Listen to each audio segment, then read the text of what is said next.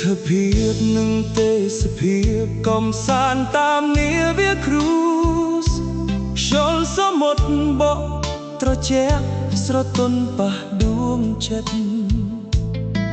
ថ្ងៃរះលើលោកទឹកស្រស់ស្អាតឥតគុណនីได้ប្រពន្ធមួយគូកាន់ដៃគ្នាដោយរីករាយចាប់ធ្វើដំណើរក្រោយឆ្ពោះទៅកាន់កោះហាវ៉ៃ7 ថ្ងៃពេញនៃការកំសាន្តសប្បាយឆ្លងកាត់មហាសមុទ្រប៉ាស៊ីហ្វិកធំល្វឹងល្វើយមើលពពករស័ព្ទលើមេឃខៀវស្រងាត់សំឡេងរលកបោកច្រាំងដោយបទភ្លេងធម្មជាតិពេលរាត្រីចុះមកកាយភ្លឺពេញលំអង្គុយជិតគ្នាសំឡឹងទឹកសមុទ្រលាតសន្ធឹង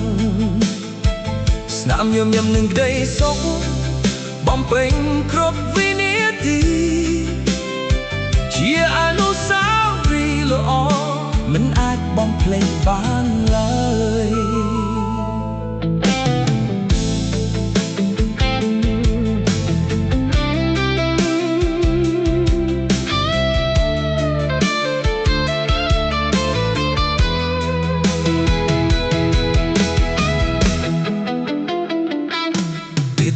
ភាពនឹងទេសភាពកំសាន្តតាមនាវាគ្រូសរំភើបរីករាយពេញដោយក្តីស្រមៃពីប៉ាស៊ីវ៉ាដ៏ធំទៅកាន់កោះហាវ៉ៃស្រស់បំព្រងស្នេហាប្តីប្រពន្ធកាន់តែរឹងមាំជាងមុនទិដ្ឋភាពនឹងទេសភាពស្អាតដោយគំនូរឋានសួគ៌រលកទឹករំលែងក្រោមពន្លឺព្រះអាទិត្យឆ្លងកាត់មហាសមុទ្រប៉ាស៊ីហ្វិកធំល្វឹងល្វើយ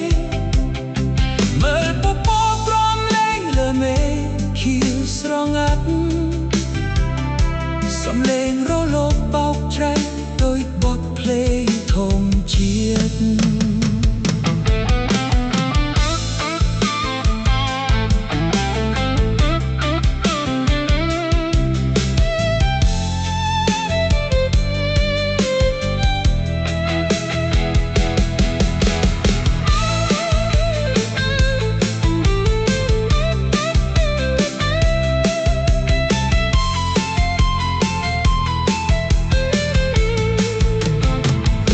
ពីថ្ងៃបានកន្លងតែអនុស្សាវរីយ៍នៅជាប់ចិត្ត